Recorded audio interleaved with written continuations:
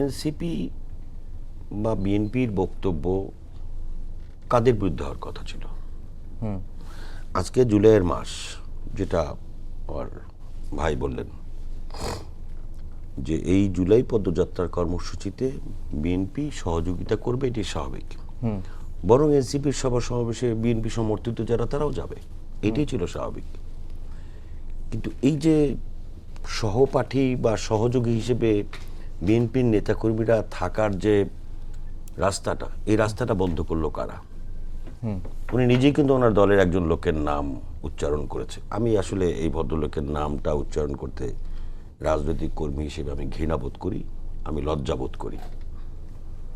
এরকম অসভ্য, এরকম বেয়াদব এবং এরকম নিকৃষ্ট ভাষা রাজনীতিতে ব্যবহার করা যায়, এটা আমরা ফ্যাসিবাদ আমলও দেখি নাই।